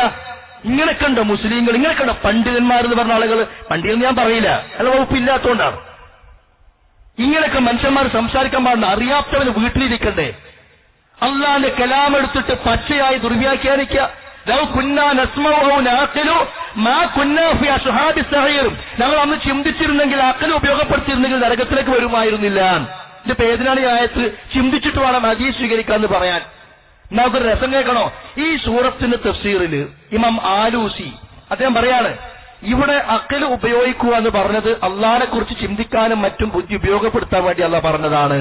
എന്നിട്ട് അദ്ദേഹം പറയാണ്, വഅമ്മാ അന്നഹാ തദുല്ലു അലാ അന്നൽ അഖ്ല ഹാകിമുൻ കമാ യഖൂലുൽ മുഅ്തസില ഫലാ. എന്ന ചില മുഅ്തസിലാക്കൾ പറയാറുണ്ട്, മതവിഷയങ്ങളിൽ ബുദ്ധിയാണ് തീരുമാനമെടുക്കുന്നത്. അത് പറയാം ചില മുഅ്തസിലാക്കൾ ഈ ആയത്ത് കൊണ്ടുവരലുണ്ട്. അങ്ങനെയല്ലാന്ന്. അപ്പൊ ഈ വന്നവൻ ആരാ? ഇവിടെ വന്നവന് പാര സത്യത്തില് ഞാൻ ഇത്രമാത്രം പണ്ഡിതന്മാര് പറഞ്ഞിട്ടുണ്ടാവോ? ഞാനത് കണ്ടപ്പോ അത്ഭുതപ്പെട്ടു പോയി. ഞാൻ ഈ ആയത്തിന്ന് പരിശോധിക്കാൻ വേണ്ടി തഫ്സീർ എടുത്തതാ. അപ്പൊ ഇമാം ആലൂസി പറയാണെന്ത്? ചില മുഅ്തസിലാക്കൾ ഈ ആയത്തെടുത്തിട്ട് ദീനീ വിഷയങ്ങൾ സ്വീകരിക്കാൻ അഖിൽ ഉപയോഗിക്കണമെന്ന് പറയുന്നുണ്ട്. അത് മുഅ്തസിലാക്കളുടെ വാദമാണ്, അതല്ല ഈ ആയത്ത് കൊണ്ട് ഉദ്ദേശിക്കുന്നത്. എന്നാ മുഅ്തസിലാക്കൾ അതേ വാദമാണ് കരിമ്പലാക്കിൽ ഇവിടെ വന്ന് പ്രസംഗിച്ചത് എങ്കിൽ, മാന്യ സഹോദരങ്ങളെ, ഇനി നമ്മൾ ഇൻഷാ അല്ലാഹ് വിഷയങ്ങളിലേക്ക് ഇറങ്ങുകയാണ്. ഓരോന്നോരോന്നായി ജമാഅത്ത് നടക്കുകയാണ്. പെട്ടെന്ന് നമസ്കരിച്ച് എല്ലാവരും തിരിച്ചു വരണമെന്ന് അറിയിച്ചുകൊണ്ട് അവസാനിപ്പിക്കുന്നു. അസ്സലാമു അലൈക്കും വറഹ്മത്തുള്ളാഹി വബറകാതുഹു. അസ്സലാമു അലൈക്കും വറഹ്മത്തുള്ളാഹി വബറകാതുഹു. പ്രിയമുള്ള സഹോദരങ്ങളെ, നമ്മൾ സൂചിപ്പിച്ചു വന്നത് വിശുദ്ധ ഖുർആനിലെ ചില ആയത്തുകൾക്ക് വിഷയവുമായി യാതൊരു ബന്ധവുമില്ലാത്ത ദുർവ്യാഖ്യാനങ്ങൾ നൽകിക്കൊണ്ടാണ് ഹദീസിന്റെ പ്രാമാണികതയെ വിശദീകരിച്ച നമുക്കെതിരെ ചില ആളുകൾ ഇവിടെ സംസാരിക്കുകയുണ്ടായത്. ഇനി അദ്ദേഹം പറഞ്ഞല്ലോ, ബുദ്ധി കൊണ്ട് സ്ഥിരപ്പെടുന്നതെ സ്വീകരിക്കാൻ ബാധ്യതയുള്ളൂ എന്ന് പറഞ്ഞല്ലോ. അങ്ങനെയാണെങ്കിൽ വിശുദ്ധ ഖുർആനിൽ വന്നിട്ടുള്ള ഒരുപാട് കാര്യങ്ങൾ അതെല്ലാം നമ്മുടെ കേവലം ബുദ്ധി കൊണ്ടോ കേവലം യുക്തി കൊണ്ടോ മനസ്സിലാക്കാൻ സാധിക്കുന്നതാണ് എന്ന് പറയാൻ ഈ ആളുകൾക്ക് സാധ്യമാണോ?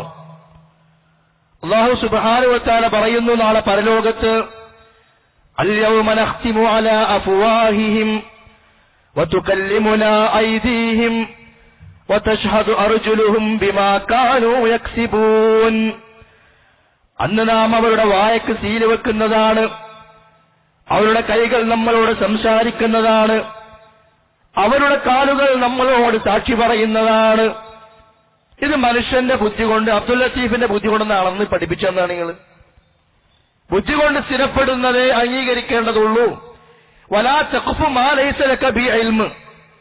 ആയത്ത് ഓതി, വിഷയം വസ്തുത ദുർവ്യാഖ്യാനമാണെങ്കിലും ഓതാൻ ഓതിയിട്ടുണ്ടല്ലോ.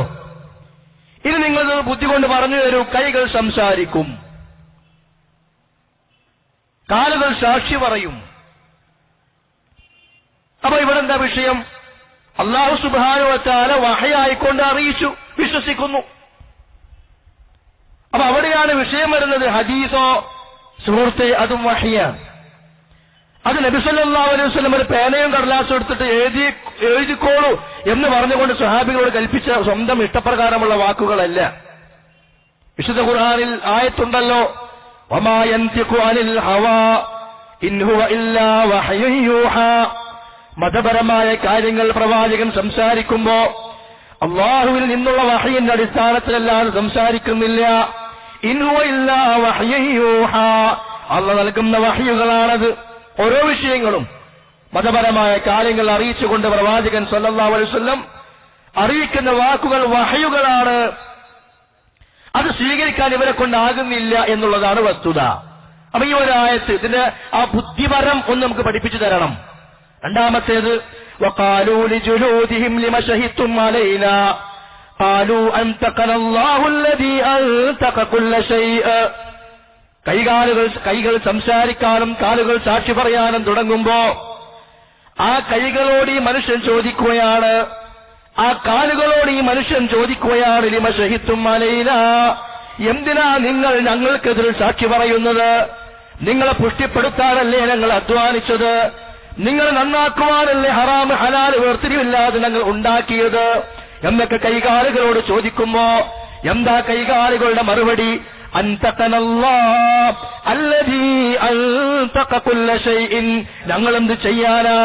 എല്ലാറ്റിനെയും സംസാരിപ്പിച്ച അല്ലാഹു സുബ്ഹാനഹു വ തആല എന്ന് ഞങ്ങളെ കൊണ്ട് സംസാരിപ്പിക്കുകയാണ്. കയ്യും കാലം അന്ന് മറുപടി പറയുന്ന എന്താ മനസ്സിലായത്? ഇത് നമ്മുടെ ബുദ്ധിക്ക് ഉൾക്കൊള്ളുന്ന കാര്യമാണോ? ഈസാ അലൈഹിസ്സലാത്തു വസ്സലാമിന്റെ ജനനം, പിതാവില്ലാതെ മാതാവ് ഗർഭം ധരിക്കുകയാണ്, ആകാശ ലോകത്തേക്ക് അല്ലാഹു സുബ്ഹാനഹു വ തആല ഉയർത്തുകയാണ്. ഇത് ഏത് ബുദ്ധി കൊണ്ടാണ് നമ്മൾ മനസ്സിലാക്കിയത്? എന്തിനേറെ നാളെ സത്യനിഷേധികൾക്ക് നരകത്തിൽ ഭക്ഷിക്കാൻ കൊടുക്കുന്ന ഒരു പഴമാണ് സഖൂം എന്ന വൃക്ഷത്തിലെ പഴം. എവിടെ നിന്നാ സഖൂം കൊണ്ടുവരപ്പെടുന്നത്? ആ സഖൂമിനെ ഖുർആനല്ലേ പരിചയപ്പെടുത്തിയത്? അദാലിക ഖൈറുൻ നുസുലാ അം ശജറത്തു സഖൂം, സ്വർഗമാകുന്ന സന്തോഷത്തിന്റെ ആ സുഖത്തിന്റെ ലോകമുണ്ടല്ലോ, അവിടുത്തെ നിനക്ക് നൽകാൻ പോകുന്ന പ്രതിഫലങ്ങളാണോ ഏറ്റവും നല്ലത്? അം ശജറത്തു സഖൂം, അല്ല ശജറത്തു സഖൂമാണോ, സഖൂം എന്ന മരമാണോ? ഏതാണ് ഈ സഖൂം? ഇന്നാ ജഅൽനാഹാ ഫിത്നതൻ ലിൽസാലിമീൻ, ളാലിമീങ്ങൾക്ക് നമ്മൾ പരീക്ഷണമാക്കി വെച്ചിട്ടുണ്ട്. ഇന്നഹാ ശജറത്തുൻ തഖ്റുജു ഫീ അസ്ലിൽ ജഹീം, നരകത്തിന്റെ അടിയിൽ നിന്നും മുളച്ചു വരുന്നൊരു മരമാകുന്നു അത്. തീയിൽ നിന്ന് മരം ഇങ്ങനെ മുളച്ചു വരിക ബുദ്ധി കൊണ്ടെന്ന് പറഞ്ഞതാണ്. അത് ബുദ്ധി കൊണ്ടെന്ന് ഉണ്ടാക്കി കാണിച്ചിരുന്ന, ബുദ്ധി കൊണ്ട് അംഗീകരിക്കാവുന്നതേ സ്വീകരിക്കാൻ ബാധ്യതയുള്ളൂ എന്ന് അബ്ദുൽ ലത്തീഫ് പറയുമ്പോ ഇതൊക്കെ ഞങ്ങൾക്ക് ബോധ്യപ്പെടുത്തി തരണം. ഇത് ഏത് ബുദ്ധി കൊണ്ടാണ്? ഞങ്ങളത് നോക്കിയിട്ടല്ല. അഫല താക്കിലൊന്നില്ലേ? ഉണ്ട്. അത് ഇതിനെ കുറിച്ചല്ല. അത് അള്ളാനെ കണ്ടെത്താനാ, അള്ളാനെ അറിയാനാ, അള്ളാനെ കഴിവ് ബോധ്യപ്പെടാനാ, എന്നിട്ട് ഈ ലോകത്ത് വിനയാന്യതരായി ജീവിക്കുവാനാണ്. ആ ആയത്തുകൾ എടുത്തിട്ട് ഹദീസ് സ്വീകരിക്കുന്ന വിഷയം പറയുമ്പോ അഫലാ താക്കലൂന്ന് ചോദിച്ചാൽ അതിന്റെ പേരാ ദുർവ്യാഖ്യാനം. നരകത്തിന്റെ അടിയിൽ നിന്ന് മുളച്ചു വരുന്ന ഈ മരത്തെ സംബന്ധിച്ച് പിന്നെ ഖുർആൻ പറഞ്ഞ എന്താ? ആ മരത്തിന്റെ പഴങ്ങൾ അത് പിശാചിന്റെ തല പോലെയാണ്. അപ്പൊ ശൈത്താനെന്ന് പറഞ്ഞു ഇനിയിപ്പോ തീരെ പറ്റൂല.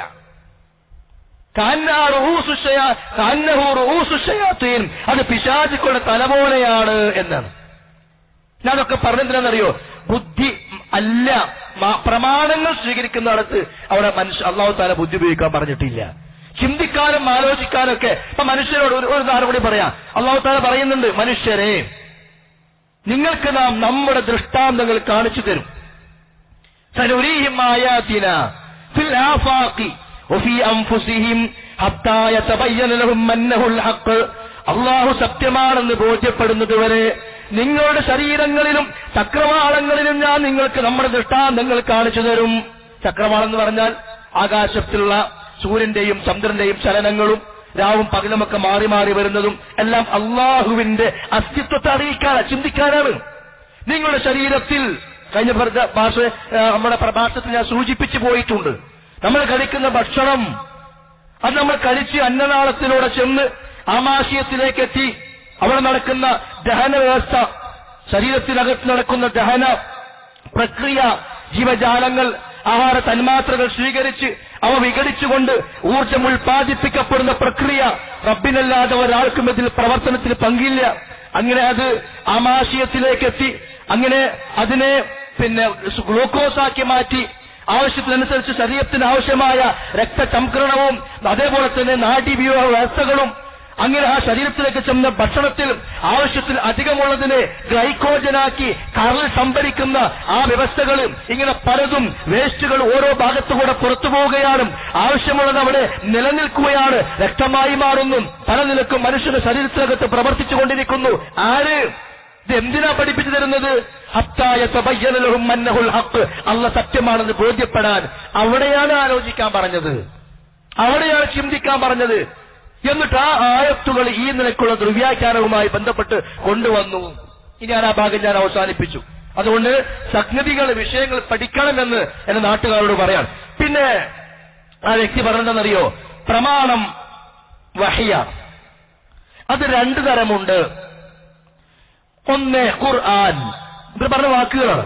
ഒന്ന് ഖുർആൻ, എന്നിട്ട് പറയാം ഇതുപോലെ മറ്റൊരു പ്രമാണമില്ല. എന്താ പറഞ്ഞ്? പ്രമാണം വഹ്യാണ്. വഹി രണ്ടു തരമുണ്ട്. ഒന്ന് ഖുർആൻ, ഇതുപോലെ മറ്റൊരു പ്രമാണമില്ല. കളവ് ഉണ്ട്, അതുപോലെ പ്രമാണമുണ്ട്. അതുപോലെ പ്രമാണമാണ് ഹദീസ്. ഖുർആനിൽ കള്ളു കുടിക്കരുത് എന്ന് പറയുമ്പോൾ എത്രത്തോളം പ്രാധാന്യമുണ്ടോ അതേ പ്രാധാന്യം ഹദീസിൽ കള്ളു കുടിക്കരുത് എന്ന് പറയുമ്പോൾ ഉണ്ട്. പലിശ വാങ്ങരുത് എന്ന് പറയുമ്പോൾ എത്രത്തോളം ഗൗരവം ആ വിഷയത്തിലുണ്ടോ ഖുർആനിലൂടെ വരുമ്പോൾ അതേ ഗൗരവം ഹദീസിൽ വരുമ്പോഴും ഉണ്ട്.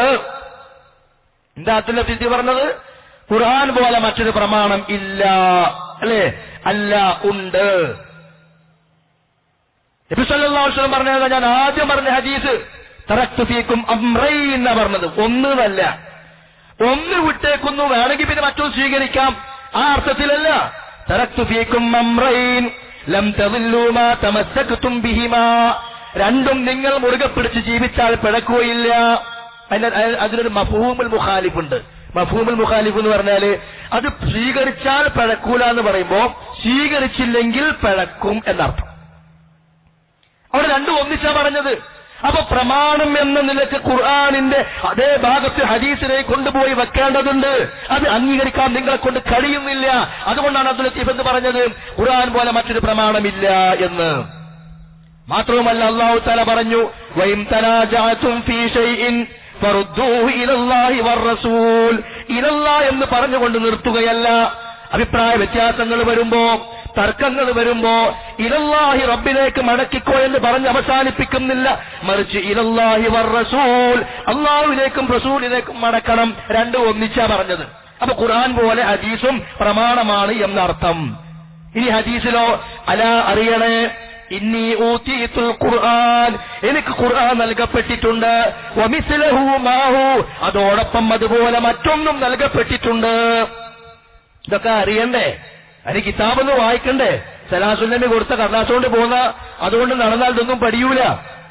കിതാബുകൾ തുറന്ന്, ഹദീസിന്റെ ഗ്രന്ഥങ്ങൾ തുറന്ന് ഈ ഹദീസുകൾ വായിച്ചു പഠിക്കണം. അലാ ഇന്നി ഊതീതുൽ ഖുർആന, എനിക്ക് ഖുർആൻ നൽകപ്പെട്ടിട്ടുണ്ട്. വമിസ്ലഹു മാഹു, അതേപോലെ മറ്റൊന്നും അതിനോടൊപ്പം നൽകപ്പെട്ടിട്ടുണ്ട്. അപ്പൊ എന്താണ് ഇപ്പൊ ഈ ആയത്തും ഹദീസൊക്കെ പറഞ്ഞത്? ഖുർആൻ പോലെ ഹദീസും പ്രമാണമാണ്. അബ്ദുൽ ലത്തീഫ് പറഞ്ഞതോ അതുപോലെ മറ്റൊരു പ്രമാണമില്ല എന്ന്. പ്രമാണമില്ലാത്ത വർത്തമാനാണ് അബ്ദുൽ ലത്തീഫിന്റേത്. ഇനി വിശുദ്ധ ഖുർആൻ പറഞ്ഞു, പ്രവാചകനെ പരിചയപ്പെടുത്തി. സൂറത്തുൽ ജുമുഅയുടെ 1-ാമത്തെ ആയത്ത്. ആരാ പ്രവാചകൻ? പ്രവാചകൻ നിർവഹിച്ച ദൗത്യം എന്താണ്? അത് പറയുന്നിടത്ത് വിശുദ്ധ ഖുർആൻ എന്താ പറഞ്ഞത്? ഹുവല്ലദീ ബഅസ ഫിൽ ഉമ്മീന റസൂലൻ മിൻഹും യത്ലൂ അലൈഹിം ആയാതി വയുസക്കീഹിം വയുഅല്ലിമുഹുമുൽ കിതാബ വൽ ഹിക്മ വഇൻ കാനൂ മിൻ ഖബ്ലു ലഫീ ളലാലിൻ മുബീൻ. പ്രവാചകൻ മക്കയിലേക്ക് വരികയാണ്, ജനങ്ങളെ സമുദ്ധരിക്കുകയാണ്, ജനങ്ങളെ പഠിപ്പിക്കുകയാണ്. എന്താണ് അവിടെ ചെയ്ത പ്രവർത്തനം? വയുഅല്ലിമുഹുമുൽ കിതാബ വൽ ഹിക്മ. അൽ കിതാബ് മാത്രം പഠിപ്പിച്ചു എന്നല്ല, അൽ കിതാബ് വൽ ഹിക്മ, കിതാബ് പഠിപ്പിച്ചു, വൽ ഹിക്മ, ഹിക്മയും പഠിപ്പിച്ചു, ഹിക്മയും പറഞ്ഞു കൊടുത്തു. എന്താ ഹിക്മ? അൽ ഹിക്മ എന്താ? മഹാനായ ഇമാം മുഹമ്മദ് ഇബ്നു ഇദ്രീസ് ശാഫിഈ അദ്ദേഹം പറയാൻ അൽ ഹിക്മത്തു അൽ മുറാദു ഹുന അൽ ഹദീസ്, അതുകൊണ്ട് ഉദ്ദേശിക്കുന്നത് ഖുർആന്റെ വിശദീകരണമായ ഹദീസുകളാണ്. കരിബിനാക്കൾ എന്താ പറഞ്ഞത്? ഖുർആൻ പോലെ മറ്റൊന്നും ഉപ്പല്ല. എന്നിട്ട് ആ ഖുർആനിന്റെ ഹദീസിന്റെ മഹത്വം കുറക്കാൻ വേണ്ടിയിട്ട് മൂപ്പര് കുറെ ഉദാഹരണങ്ങൾ പറയാം. എന്താ ഉദാഹരണം? കേട്ടോളൂ. ഖുർആന് തെർത്തീബുണ്ട്, ഹദീസിന് തെർത്തീബില്ല. ആരെങ്കിലും ഇപ്പോ ഇതിന് തെർത്തീബ് പറഞ്ഞു വന്നോ? ഖുർആനിന് ക്രമമുണ്ട്, ഹദീസിന് ക്രമമില്ല. ഖുർആനിന് കൂലിയുണ്ട്, ഹദീസ് വായിച്ചാൽ കൂലിയില്ല. ഖുർആനിന് തജ്വീദുണ്ട്, ഹദീസിന് തജ്വീദില്ല. ഖുർആൻ ക്രോഡീകരിച്ചു, ഹദീസ് ഒന്നും ക്രോഡീകരിച്ചിട്ടില്ല, റസൂൽ ക്രോഡീകരിക്കാൻ കൽപ്പിച്ചിട്ടുമില്ല. ഇതൊക്കെ നമ്മൾ എവിടെ പറയാന്നറിയോ? ഖുർആൻ പ്രമാണം എന്ന നിലക്ക്, ഹദീസ് പ്രമാണം എന്ന നിലക്ക് ഖുർആനോടൊപ്പമാണ്. എന്നാൽ ഖുർആനിന്റെ മഹത്വം ഹദീസിനില്ല, അത് ശരിയാണ്. പക്ഷെ അത് മാത്രം ഒരാൾ എടുത്തു പറയുന്നത് എന്തിനാ? ആ ഖുർആന്റെ മഹത്വം, ഹദീസിന്റെ മഹത്വം കുറക്കാൻ വേണ്ടിയിട്ട്. അതിന് തജ്വീദില്ലേ? തജ്വീദ് ഇല്ലല്ലോ.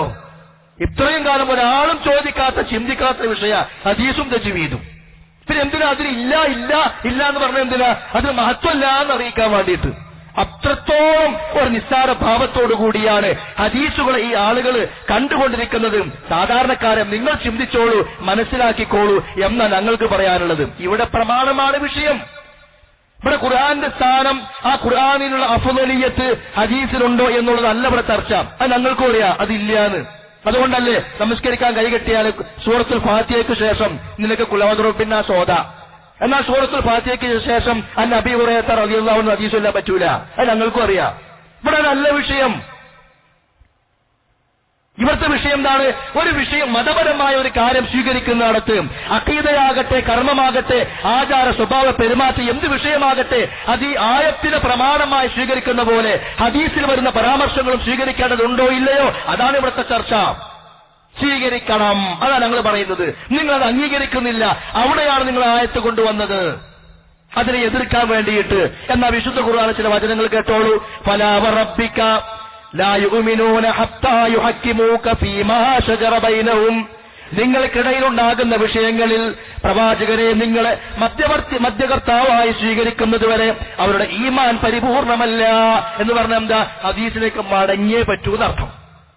ഒന്ന്, മൻ അത്വഅനി ഫഖദ് അത്വഅ അല്ലാഹ്, എന്നെ അനുസരിച്ചാൽ അവൻ അല്ലാഹനെ അനുസരിച്ചു. വമൻ അസ്വാനി ഫഖദ് അസല്ലാഹ്, എന്നോട് അനുസരണക്കേട് കാണിച്ചാൽ അല്ലാഹ് അവൻ അനുസരണക്കേട് കാണിച്ചു. റസൂൽ ഒരു കാര്യം പറഞ്ഞിട്ടേ അത് ഇല്ല എന്ന് പറഞ്ഞാൽ, അത് ശരിയല്ല എന്ന് പറഞ്ഞാൽ, ആ അനുസരണക്കേട് അല്ലാഹുവിനോടും കൂടിയുള്ളതാണ്. അതെന്തേ കാരണം? റസൂൽ അനുസരിക്കാൻ അള്ളയാണ് പറഞ്ഞത്, അത് ഖുർആനിലാണുള്ളത്. പിന്നെയോ മൻ അസ്വാനി ഫഖദ് അസല്ലാഹ്, എന്നോട് വല്ലവനും അനുസരണക്കേട് കാണിച്ചാൽ ആ അനുസരണക്കേട് അള്ളാഹുവിനോടാണ്. അപ്പൊ ഈ ആയത്തും മേൽ പറഞ്ഞ ഈ ഹദീസും മുകളിൽ പറഞ്ഞ ആയത്തും എന്താ സൂചിപ്പിക്കുന്നത്? നബി സല്ലല്ലാഹു അലൈഹി വസല്ലമയുടെ ഹദീസുകളെ പ്രമാണമായി സ്വീകരിച്ചെങ്കിൽ തന്നെ ഈമാൻ പരിപൂർണമാവുകയുള്ളൂ. മാത്രവുമല്ല, ഇന്നമാ കാന ഖൗലൽ മുഅ്മിനീന ഇദാ ദുഉ ഇലല്ലാഹി ലിയഹ്കുമ ഇദാ ദുഉ ഇലല്ലാഹി വറസൂലിഹി ലിയഹ്കുമ ബൈനഹും.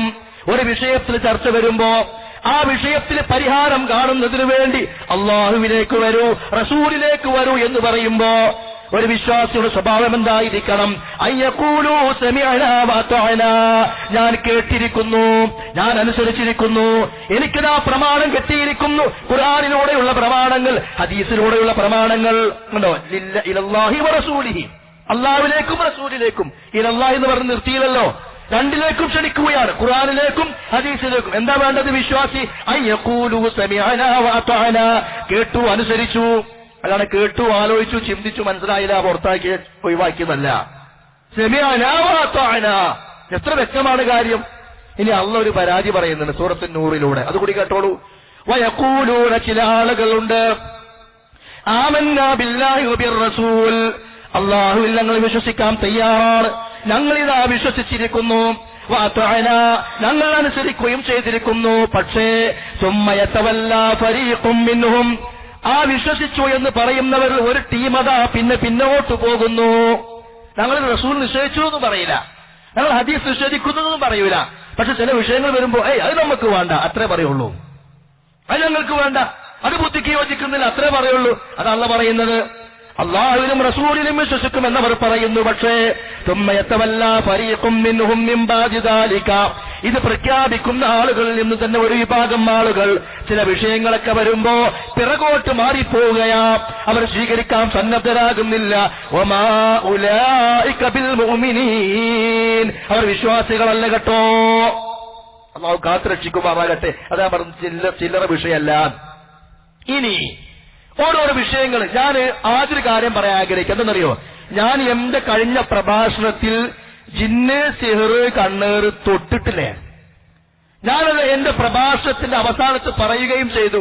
ചില ആളുകൾക്കൊരു ധാരണ ഉണ്ട്, ഇവര് ജിന്നും സിഹറും മാത്രം അങ്ങനെ പറയോണ്ടല്ലേ മറ്റവര് അത് അന്ധവിശ്വാസമാണെന്ന് പറഞ്ഞ് തള്ളുന്നത്, അതിനാണ് വേറെ ഒന്നിനെയും നിഷേധിക്കുന്നില്ലല്ലോ എന്നൊരു ധാരണ ജനങ്ങൾക്കുണ്ട്.